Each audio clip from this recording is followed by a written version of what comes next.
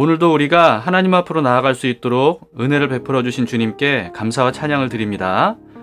우리를 사랑하시는 주님을 바라보시면서 오늘 예배도 하나님께 온전히 올려드리도록 합시다.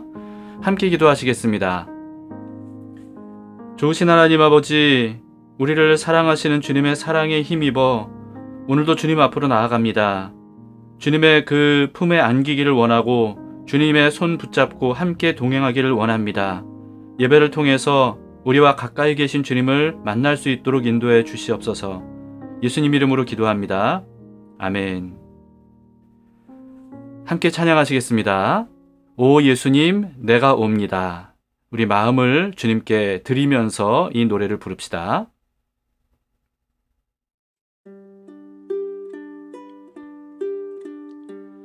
오 예수님,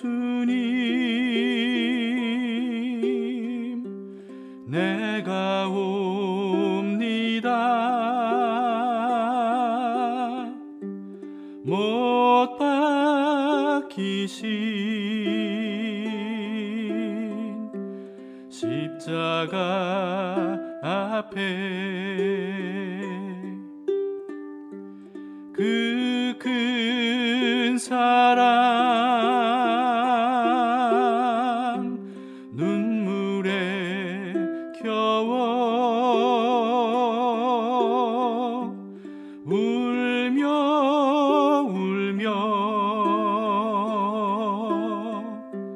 돌아옵니다.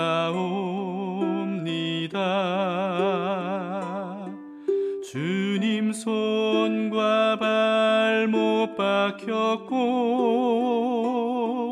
머리엔 가시관 박히셨네. 내 모든 죄와 허물 위해 말없이 피 흘려 주셨네. 오 예수님, 나의 손 잡고 이제부터 영원까지 내 구주가 되옵소서. 이제부터 영원까지 내 구주가 되옵소서.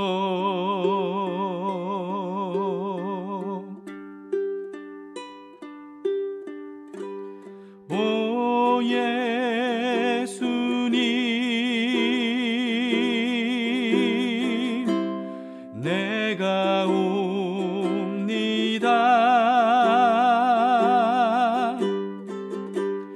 못 박히신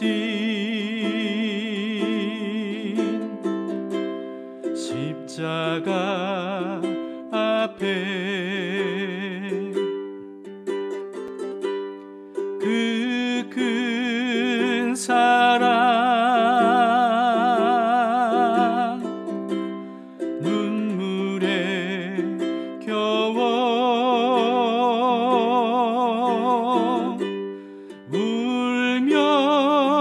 울며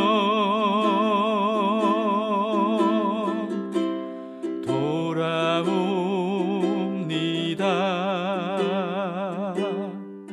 주님 손과 발 못 박혔고 머리에 가시관 박히셨네. 내 모든 죄와 허물 위해 말없이 피 흘려 주셨네. 오 예수님, 나의 손 잡고 이제부터 영원까지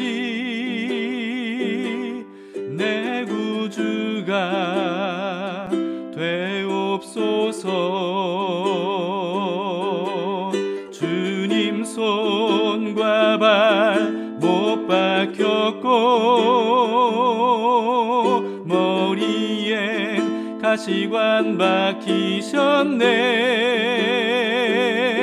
내 모든 죄와 허물 위해 말없이 피 흘려주셨네.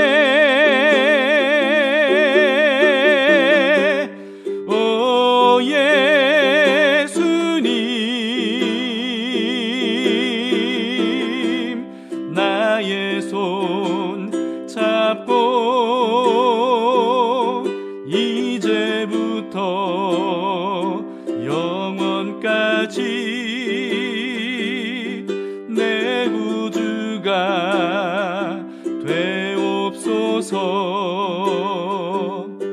이제부터 영원까지 내 구주가 되옵소서.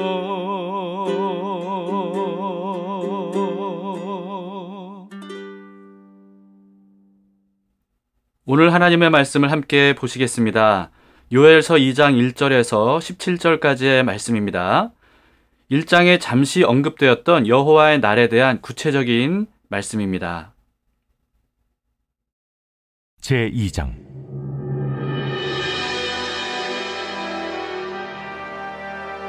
시온에서 나팔을 불며 나의 거룩한 산에서 경고의 소리를 질러 이 땅 주민들로 다 떨게 할지니 이는 여호와의 날이 이르게 됨이니라. 이제 임박하였으니 곧 어둡고 캄캄한 날이요 짙은 구름이 덮인 날이라. 새벽빛이 산 꼭대기에 덮인 것과 같으니 이는 많고 강한 백성이 이르렀습니다. 이와 같은 것이 옛날에도 없었고 이후에도 대대에 없으리로다. 불이 그들의 앞을 사르며 불꽃이 그들의 뒤를 태우니 그들의 예전의 땅은 에덴 동산 같았으나 그들의 나중의 땅은 황폐한 들 같으니 그것을 피한 자가 없도다. 그의 모양은 말 같고 그 달리는 것은 기병 같으며 그들이 산꼭대기에서 뛰는 소리는 병거 소리와도 같고 불꽃이 건물을 사르는 소리와도 같으며 강한 군사가 줄을 버리고 싸우는 것 같으니 그 앞에서 백성들이 질리고 무리의 낯빛이 하얘졌도다. 그들이 용사같이 달리며 무사같이 성을 기어오르며 각기 자기의 길로 나아가되 그 줄을 이탈하지 아니하며 피차에 부딪히지 아니하고 각기 자기의 길로 나아가며 무기를 돌파하고 나아가나 상하지 아니하며 성중에 뛰어들어가며 성 위에 달리며 집에 기어오르며 도둑같이 창으로 들어가니 그 앞에서 땅이 진동하며 하늘이 떨며 해와 달이 캄캄하며 별들이 빛을 거두도다. 여호와께서 그의 군대 앞에서 소리를 지르시고 그의 진영은 심히 크고 그의 명령을 행하는 자는 강하니 여호와의 날이 크고 심히 두렵도다. 당할 자가 누구이랴? 너희는 이제라도 금식하고 울며 애통하고 마음을 다하여 내게로 돌아오라. 너희는 옷을 찢지 말고 마음을 찢고 너희 하나님 여호와께로 돌아올지어다. 그는 은혜로우시며 자비로우시며 노하기를 더디하시며 인애가 크시사 뜻을 돌이켜 재앙을 내리지 아니하시나니 주께서 혹시 마음과 뜻을 돌이키시고 그 뒤에 복을 내리사 너희 하나님 여호와께 소제와 전제를 드리게 하지 아니하실는지 누가 알겠느냐? 너희는 시온에서 나팔을 불어 거룩한 금시계를 정하고 성회를 소집하라. 백성을 모아 그 모임을 거룩하게 하고 장로들을 모으며 어린이와 젖먹는 자를 모으며 신랑을 그 방에서 나오게 하며 신부도 그 신방에서 나오게 하고 여호와를 섬기는 제사장들은 낭실과 제단 사이에서 울며 이르기를 여호와여 주의 백성을 불쌍히 여기소서. 주의 기업을 욕되게 하여 나라들로 그들을 관할하지 못하게 하옵소서. 어찌하여 이방인으로 그들의 하느님이 어디 있느냐 말하게 하겠나이까 할지어다. 오늘 말씀은 시온에서 경고의 나팔을 불라고 하시는 말씀으로 시작이 됩니다. 1절을 봅시다. 시온에서 나팔을 불며 나의 거룩한 산에서 경고의 소리를 질러 이 땅 주민들로 다 떨게 할지니 이는 여호와의 날이 이르게 됨이니라. 이제 임박하였으니. 어제 말씀드렸듯이 여호와의 날은 심판의 날을 우선적으로 의미하죠. 2절에서는 많고 강한 백성이 이르렀다고 합니다. 이방 민족의 침략을 의미하는 말입니다. 그렇기 때문에 나팔을 불라고 하시는 거예요. 오늘날로 치자면 공습 경보를 울리라, 이런 뜻이라고 볼 수 있겠죠. 이방 민족들은 마치 메뚜기 떼처럼 모든 이스라엘을 황폐하게 만들 것이라고 말씀을 하고 있습니다. 3절에서 이들이 지나가는 곳마다 다 불태워버릴 것이라고 묘사하고 있고요. 그리고 지나가기 전에는 에덴 동산 같았던 곳이 지나간 후에는 황폐한 황무지가 되어 있을 것이라고 묘사합니다. 또 4절에서 10절은요. 이스라엘을 침략한 이방의 군대들이 마치 메뚜기 떼와 같은 모습과 그리고 그런 요란한 소리를 낼 것이라고 기록하고 있습니다. 그런데 묘사된 내용을 보면 이방의 침략을 메뚜기 재앙으로 비유한 것처럼 보이기도 하고요. 또 메뚜기 재앙을 이방의 침략으로 비유한 것처럼 보이기도 합니다. 이 두 가지가 굉장히 절묘하게 그렇게 섞여서 묘사가 되어 있습니다. 땅이 진동하고 하늘이 뒤덮여져서 모든 빛이 가려질 정도로 그렇게 셀 수 없이 많은 무리들의 습격이 있을 것이다. 이것이 바로 여호와의 날에 있을 재앙이다, 심판이다, 이렇게 말씀하시는 겁니다. 누구도 저항할 수 없을 정도로 압도적인 재앙이 다가오기 때문에 얼굴이 새하얗게 질려버릴 정도로 두려움에 빠지게 될 것임을 말씀하고 있습니다. 그런데 그 진두지휘를 다름 아닌 여호와 하나님께서 하신다고 말씀합니다. 11절입니다. 여호와께서 그의 군대 앞에서 소리를 지르시고 그의 진영은 심히 크고 그의 명령을 행하는 자는 강하니 여호와의 날이 크고 심히 두렵도다. 당할 자가 누구이랴. 단순한 침략이 아니라 하나님의 심판이라고 말씀하시는 겁니다. 북이스라엘이 아수르의 멸망을 당한 것, 그리고 또 이어서 남유다가 바벨론에 의해서 멸망을 당한 것, 이것은 아수르와 바벨론이 강한 제국이었기 때문에 어쩔 수 없는 멸망이었다. 이것이 아닙니다. 제국이 북이스라엘과 남유다를 멸망시키기 훨씬 전부터 하나님은 수많은 선지자들을 보내주셨죠. 그럼으로써 선지자들을 통해서 너희가 회개하지 않으면 이와 같이 북방의 이방 민족들이 너희를 심판할 것이다. 이렇게 경고하고 또 경고를 하셨습니다. 그런데 끝내 이들이 회개하지 않았기 때문에 북이스라엘도 남유다도 제국들에게 짓밟히는 멸망을 당했던 것이고 이것이 하나님께서 오래전부터 경고하셨던 심판이다 라고 하는 것입니다. 그런데 선지자의 이 묵시들은요, 이스라엘에게 역사적으로 일어났던 사건들에 대한 말씀만은 아님을 우리는 분명히 알아야 됩니다. 앞으로 있을 궁극적인 심판과 구원에 대한 말씀이다 라고 하는 것을 우리가 생각하면서 이런 말씀들을 봐야 됩니다. 그저 오래전에 끝나버린 역사 공부로 여겨서는 안 되고요. 우리를 향한 하나님의 말씀임을 분명히 우리는 전환해서 들을 수 있어야 되고 읽을 수 있어야 됩니다. 궁극적인 심판과 구원에 대해서 기록한 요한계시록에도 여러 재앙들 중에서 이 요엘서와 비슷하게 메뚜기 재앙이 묘사가 되어 있습니다. 5번째 천사가 나팔을 불었을 때 한 별이 무저갱을 열었는데요. 그랬더니 거기서 엄청난 이 연기가 치솟아 오르는데 거기에 함께 황충들이 땅 위로 쏟아져 나왔다고 묘사를 하고 있습니다. 요한계시록 9장 4절만 보겠습니다. 그들에게 이르되 땅의 풀이나 푸른 것이나 각종 수목은 해하지 말고 오직 이마에 하나님의 인침을 받지 아니한 사람들만 해하라 하시더라. 네, 땅 위로 쏟아져 나온 이 황충들, 메뚜기 떼에게 명하신 내용이에요. 그런데 메뚜기는 원래 식물들을 갉아먹는 곤충이지 않습니까? 그런데 이 요한계시록 9장 4절에는요, 식물들은 해하지 말고 이마에 하나님의 인침을 받지 않은 사람들만 해하라 이렇게 명하셨다는 거예요. 고로 이 요한계시록에 묘사된 이 메뚜기 재앙은 진짜 메뚜기 재앙이 아니고 하나님의 심판을 비유적으로 묘사한 것이라고 볼 수가 있습니다. 묘사된 모습들이 요한계시록 9장에 나오는데요. 그 모습과 소리가 오늘 본문에 묘사된 것과 여러 면에서 굉장히 흡사합니다.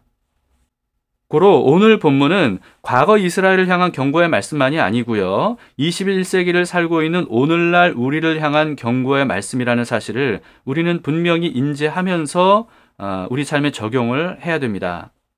누구도 피할 수 없고 감당할 수 없는 최종 심판이 반드시 올 것이라는 거예요.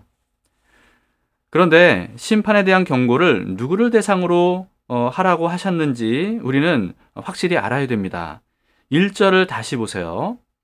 시온에서 나팔을 불며 나의 거룩한 산에서 경고의 소리를 질러 이 땅 주민들로 다 떨게 할지니 이는 여호와의 날이 이르게 됨이니라. 이제 임박하였으니.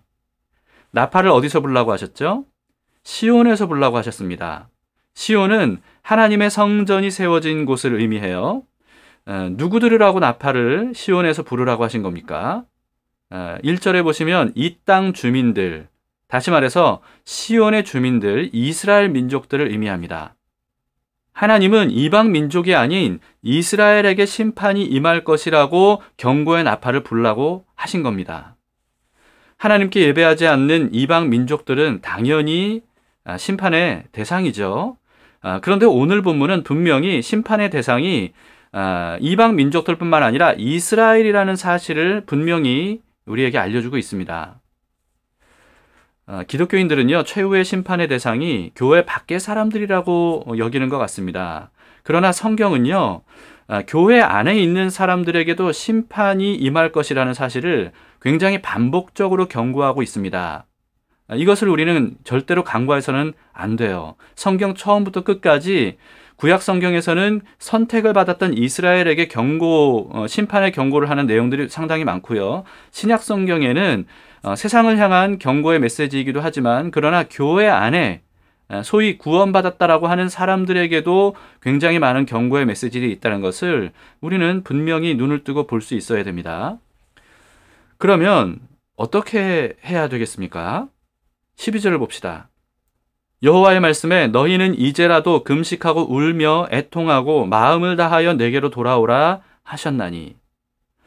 어제 말씀에 이어서 오늘도요, 또다시 금식하고 울라고 애통하라고 말씀하십니다. 자신의 죄에 대해서 울지 않는 사람은 후에 영원히 울게 될 거예요.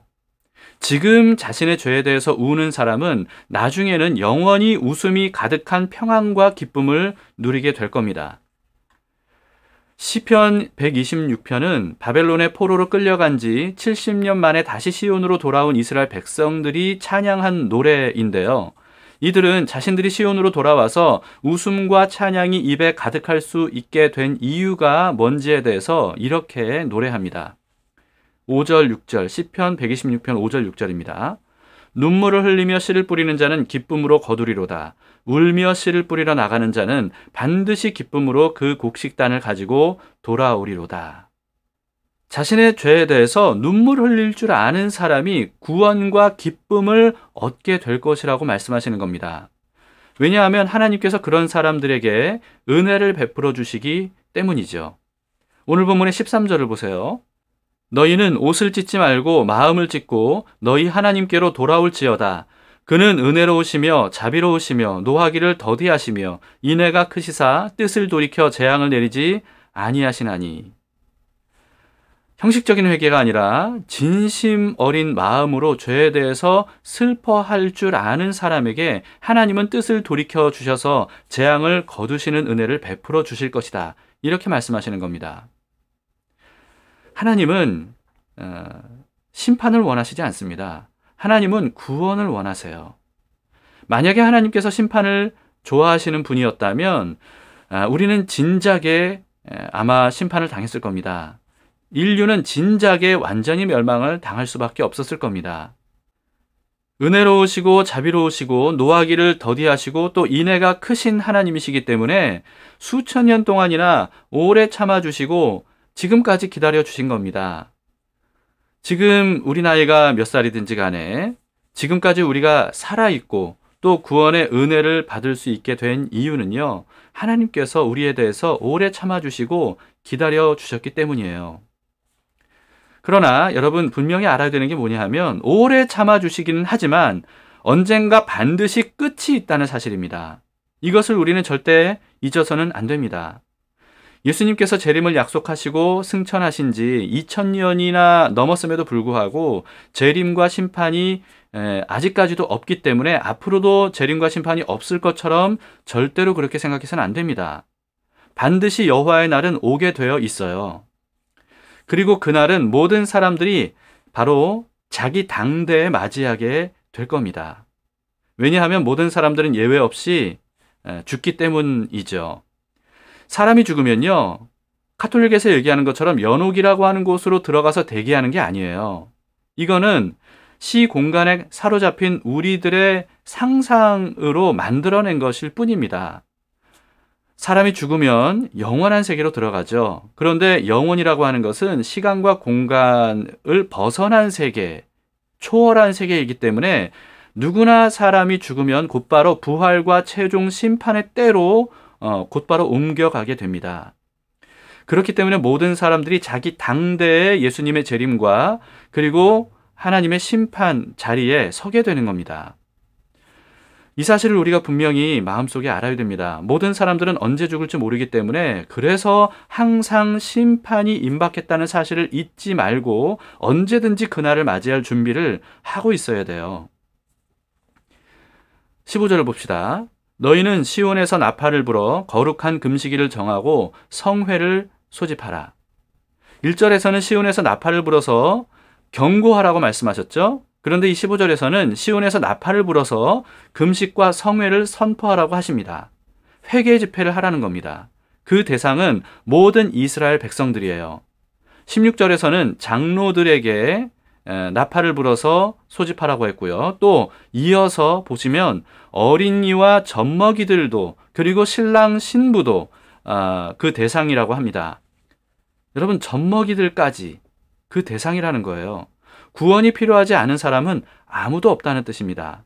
그리고 방금 결혼해서 신혼여행 중인 신혼부부까지 그 대상이라는 거죠.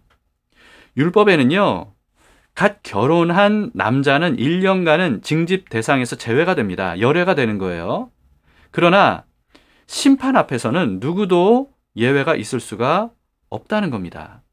열애가 되는 사람은 아무도 없습니다. 심판은 특정 사람을 기다려주지 않아요. 그렇기 때문에 모든 사람들이 예외 없이 이 나팔 소리를 듣고 하나님 앞으로 나아가서 회개해야 된다는 거죠. 왜냐하면 인생에서 가장 중요한 것은 심판을 피하고 구원을 받는 것이기 때문입니다. 구원받지 못하면요, 결혼을 해도 자식을 낳아도 또 큰 성공을 거두고 또 그리고 권력을 얻었다 할지라도 아무 소용없는 겁니다. 죄인 아닌 사람은 아무도 없기 때문에 그냥 살아가던 대로 살다 보면 아무리 남부럽지 않은 삶을 살고 누렸다 할지라도요, 단 한 사람도 예외 없이 심판을 받을 수밖에 없습니다. 여러분, 사람에게 운명이 있다고 믿으십니까? 저는 운명을 믿지 않아요. 그래서 사두팔자, 관상, 운세, 궁합, 또 타로 등등등 이런 점치는 것들은 저는 전혀 믿지 않습니다. 그걸 믿는 순간부터 운명이 아닌 것들을 운명으로 받아들이게 된다고 저는 생각해요. 그렇기 때문에 절대로 이런 것들을 여러분들이 믿지 마시기를 말씀드립니다. 궁금해하지도 마세요. 요즘은 재미로 운세를 보는 사람들이 있어요. 그런데 여러분, 재미로 본 운세에 자기의 인생이 묶여버릴 수도 있습니다. 그렇기 때문에 절대로 이런 것에 흥미를 갖지 마시기를 바랍니다. 그런데 저는 두 가지 운명은 있다고 믿습니다. 그건 뭐냐 하면, 첫째는 모든 사람은 죽는 운명이고요. 두 번째는 모든 사람은 심판을 받는다는 운명입니다. 이 두 가지 운명을 피할 수 있는 사람은 아무도 없습니다. 그런데 육체적인 죽음은요, 그림자일 뿐이에요. 진짜 죽음은 이 두 번째 죽음인 영원한 심판입니다. 그런데 죄에 대해서 울고불고 회개하는 사람의 운명을 하나님께서 바꾸어 주시겠다는 거죠. 그것을 13절, 14절에서는 하나님께서 뜻을 돌이키신다고 표현을 하신 겁니다. 14절을 보세요. 주께서 혹시 마음과 뜻을 돌이키시고 그 뒤에 복을 내리사 너희 하나님 여호와께 소제와 전제를 드리게 하지 아니하실는지 누가 알겠느냐. 자, 여러분, 회개는 누구도 거스를 수 없는 운명을 바꾸는 유일한 방법입니다. 왜냐하면 회개하는 사람의 죗값을 예수 그리스도께서 십자가의 피로 대신 지불해 주셨기 때문이에요. 예수님이 아니었으면 사람이 아무리 울고불고 통곡을 하고 회개를 해도 죄사함을 받을 수 없습니다. 죄를 지은 사람이 재판정에서 아무리 울고불고 해도요, 지은 죄값은 조금도 갚을 수가 없는 것과 마찬가지입니다. 아무리 소 1,000마리를 제물로 바치고 또 양 수백만 마리를 바친다 할지라도 심판을 면할 수가 없습니다. 죄인의 죄는 오직 의인의 죽음으로만 갚을 수 있기 때문입니다. 그래서 유일한 의인이신 예수님께서 우리를 대신해서 십자가에서 죽으셨던 거죠. 그렇기 때문에 이제는 우리가 회개하면 구원을 얻을 수 있게 된 거예요. 예수님께서 십자가에서 죽지 않으셨다면 우리가 어떤 방법으로 회개를 해도 아무런 소용이 없지만 예수님께서 우리의 죄를 대신해서 십자가에서 죽어주셨기 때문에 이제는 우리가 회개만 하면 구원을 얻을 수 있게 된 겁니다. 이 은혜가 얼마나 놀라운 은혜입니까? 이와 같은 구원의 복음은 교회 밖에 있는 사람들에게만 필요한 게 아니고요. 교회 안에 있는 사람들에게 먼저 필요합니다. 이스라엘에게 먼저 이 말씀을 공포하신 것을 우리는 우리 교회 안에 있는 사람들에게 먼저 적용해야 됩니다. 먼저 복음을 제대로 알고 믿음으로써 회개해야 될 사람, 그들은 교회 밖에 있는 사람이 아니라 교회 안에 있는 우리들이라는 거예요. 회개는 부모도 자식도 배우자도 대신해 줄 수가 없는 겁니다. 본인 스스로 회개하지 않으면 누구도 심판의 운명을 거스를 수 없고요. 그리고 오늘 본문에 묘사된 두려워할 수밖에 없는 심판을 당할 수밖에 없는 거예요. 그날이 오기 전에 우리는 이 회개의 복음을 더욱더 정확하고 분명하게 알고 믿음으로써 하나님 앞으로 나아가서 우리의 마음을 찢고 회개해야 됩니다. 누구에게나 그것이 필요합니다. 지금 우는 사람에게는 영원히 웃을 수 있는 은혜가 주어지게 될 거예요.